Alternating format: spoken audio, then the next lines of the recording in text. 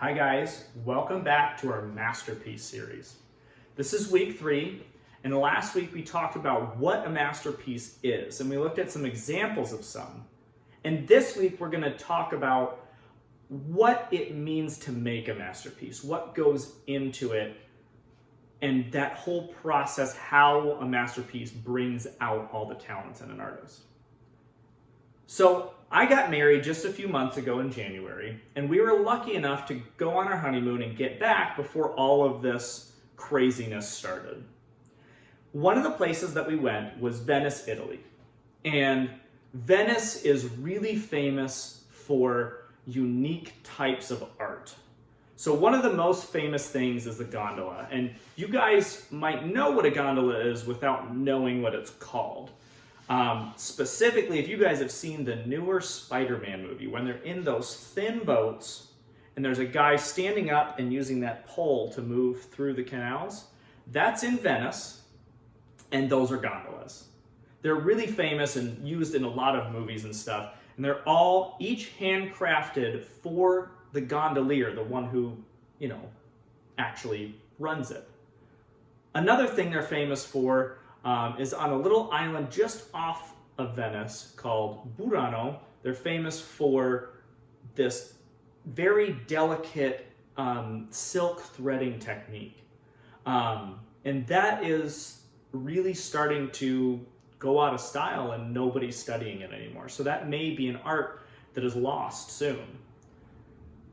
A third one that I actually got to see in action is from another little island called Murano, and it's called Murano glass. And this glass is not just made into cups or pitchers or anything like that. That's made into giant chandeliers and full-sized statues. And there's dedicated pieces and specific artists who make shapes that no other artist can with it. There's people who work on jewelry and very small things, and there's people who make these statues that are very large. It's a wide range of things, and it's famous enough that it's very often copied. So you can kind of tell real Murano glass because it's very expensive.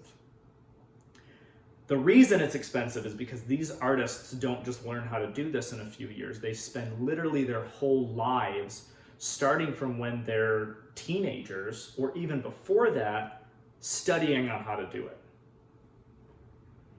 No two pieces, even two pieces made by the same artist, are ever the same. They're beautiful and they're unique, just like we are.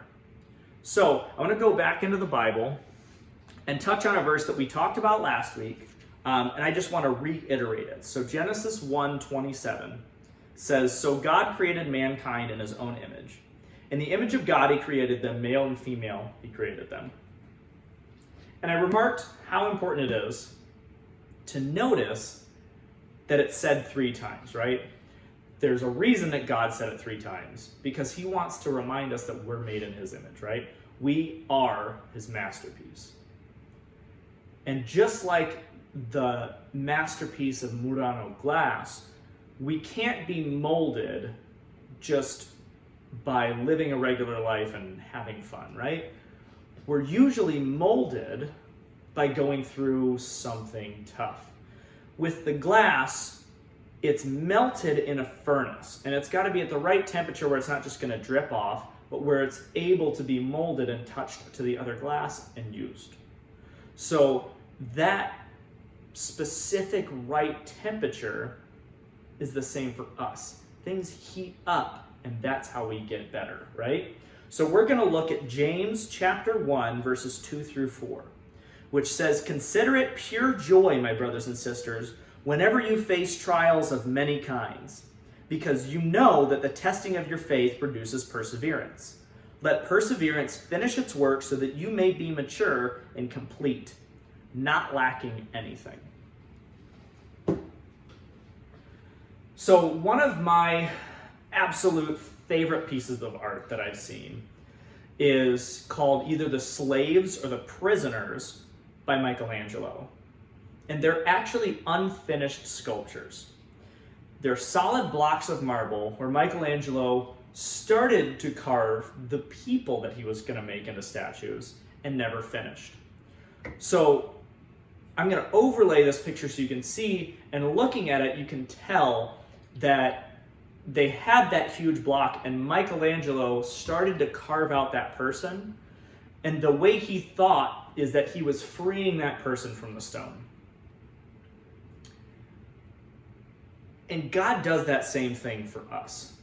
Just like that video we watched, the first lesson in this series, where God was chiseling away, he does that to us. He frees us from that stone around us and turns us more into what he wants us to be, what he sees in us, the best parts of us. And it's not usually comfortable, right? It's not always fun and games when we grow. It's a lot of hard work, and it's constant, and it takes a long time. God is constantly shaping each one of us. He's still shaping me and all of your other leaders. And he uses a lot of different tools to do it. Those tools could be your Bible or your prayer life. They can also be your friends or your family or your youth leaders, or just so many other influence in your life that can change who you are. God uses all of these tools to make us the best that we can possibly be. And I want to encourage you guys, whenever you're feeling like anything less than the masterpiece that you are, come talk to one of us, talk to one of your leaders. Let us know so we can remind you why you are that masterpiece. Which brings me to the end of this lesson, going into next week's lesson. Next week, we are going to have one specific question we're going to answer. Why me? With that question, I want to remind you guys why God chooses any of us that are imperfect. We'll take some examples from the Bible, but more importantly, we'll look at the future and what we can do because of how God shapes us. I'm so excited to see you guys next week for this lesson.